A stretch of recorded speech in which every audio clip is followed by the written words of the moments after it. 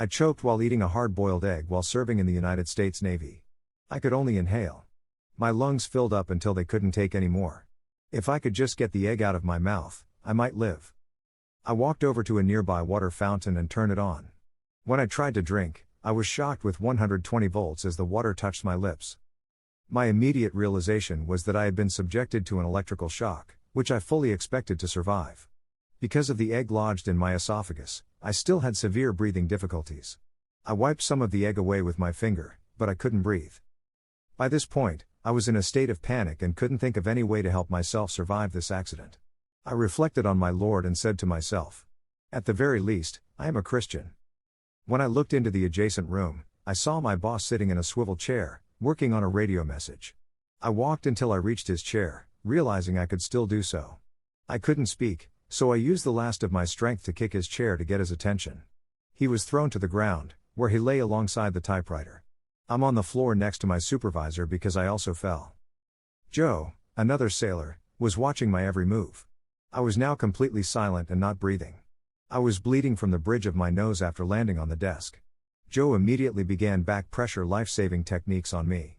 This is now known as CPR. Another sailor summoned an ambulance. I was near the room's ceiling, watching the sailors do things to save my life.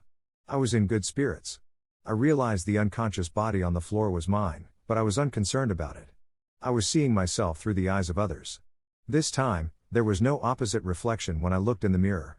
I was feeling good and energetic, and I quickly lost interest in watching the sailors work with my body. I was in spirit form, but I felt just as alive as I had before. I suppose I expected to die, but everything was so new to me. I was adjusting to my new life quickly and without much worry. However, this new way of life had left me perplexed. For example, when I thought of something, I did it automatically. I looked at the nearby wall and then found myself walking through it. When I was choked, I was back in the room where I had been sitting. I could float around this room at will. I breezed through the numerous radios and teletype machines. I noticed a darkened area near my desk and went there. I was in this dark and missed the next thing I knew. I was desperate to get out once I was inside. I was being engulfed by this thing. The sensation was similar to being inside a person. I was alarmed and wished I could be the free-spirited person I used to be. I was eventually freed from this suffocating and hot environment. It felt like I was inside a womb, but how could this be imagined? The next thing I realized was that I was in a tunnel. This tunnel's diameter is estimated to be 6 to 7 feet. I was able to stand without touching the top. My height was 5 foot 10 inches. I was hurling through the tunnel much faster than I had planned. The speed was incredible. I was terrified. I came to a halt somewhere in this tunnel, and a man calmed me down and told me the trip was coming to an end. I took off again at the same pace as before. I do not know how I survived the trip. The speed had to be at or near the speed of light. I felt no G-forces, only fear and the exhilaration of being at such a high speed. Finally, I came to a halt in the tunnel and had a good look at it. The tunnel resembled a large vent pipe found on clothes dryers. The light was coming in from the outside rather than from within the tunnel. I was inside the tunnel when I heard a loud buzzing sound that hurt my ears. I was curious about what held up the tunnel. Now I began walking looking for the ending of this tunnel. I was in a much larger area now, surrounded by white mist and daylight. My fears of the tunnel were allayed by the light. I heard people's voices just outside this area. The voices urged me to pass through the white mist. I saw about a dozen people as I walked through the white mist. I had seen these people before, but I could remember none of their names. One man advised me not to be concerned about my inability to recall names. Someone soon came to get me. The man was about 27 years old and dressed in Levi's and a white t-shirt. The other 12 were dressed in white robes. The man in the Levi's explained that he was my tour guide. He explained that I would meet other people later, but he wanted me to walk with him to see this new place first. We strolled through the most stunning flower gardens I'd ever seen. I carefully examined the flower petals. When I was looking at grass lawns, I concentrated on single blades of grass and marveled at the beauty of each one. As I had done with the group of 12 people, I communicated with this man through thought transference. In the distance, I noticed a city with tall buildings. My guide informed me that the buildings were gold in color.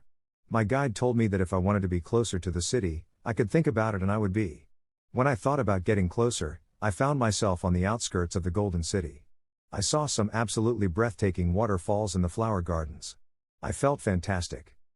Later, my guide handed me over to another man, who explained that I would now go through a life review. I saw everything I had previously seen while living on Earth during this review, which lasted about 1 second or less. I replayed every conversation I'd ever had. I saw every pet I'd ever had. I examined every piece of clothing I had worn. I relived every class I'd ever taken in school. I saw everything all over again. My life's review came to an end in this building, which resembled a library.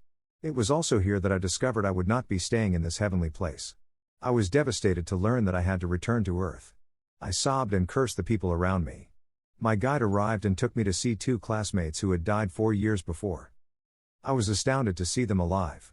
They had been football players in high school on Earth.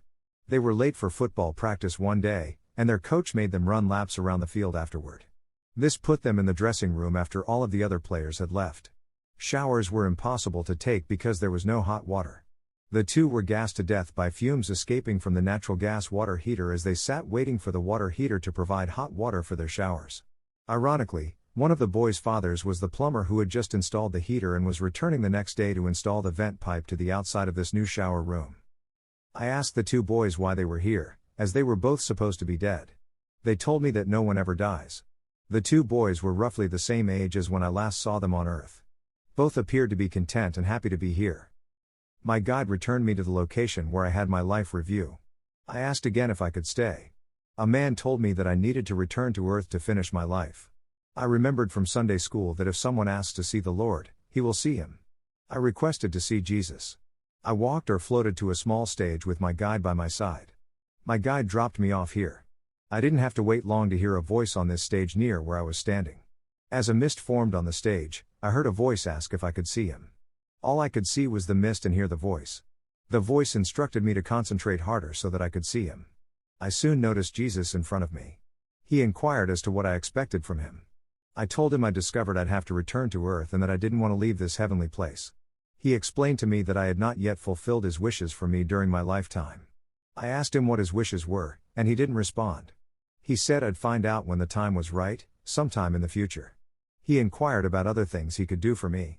I asked him to get me transferred to Tennessee because I was in the U.S. Navy at the time. I told him that when I was 12, I spent a month in this state and that I wanted to return because it was beautiful. He didn't respond. I asked if he had considered it.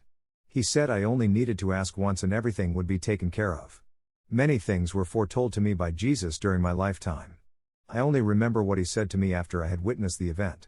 He did tell me, and I remember it, to tell everyone about my visit with him. He implied to me that I should tell people that he is real. Another thing I'll never forget is feeling his love radiate from him as he stood close to me.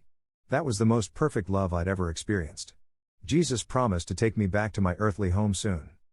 2 men approached me and explained that they were my guardian angels. One of the men had previously served as my tour guide. I don't recall returning to Earth via the tunnel. We traveled through space's darkness. We stopped for a chat on our way back to Earth. One guardian angel told me that one day I would meet a lady who would become a close friend of mine. I was told that I would not meet her right away because she was still a young girl. It was 1957. I've been looking for her ever since and believe I've found her, but she lives in Australia. I awoke in the hospital, sitting on an examination table. I inquired of the 3 doctors whether I had been given any medication that would make me believe I had died and gone to heaven. They declined. Well, I just returned from heaven, I explained. 2 doctors left right away, and the remaining 3rd doctor said he didn't know what to think.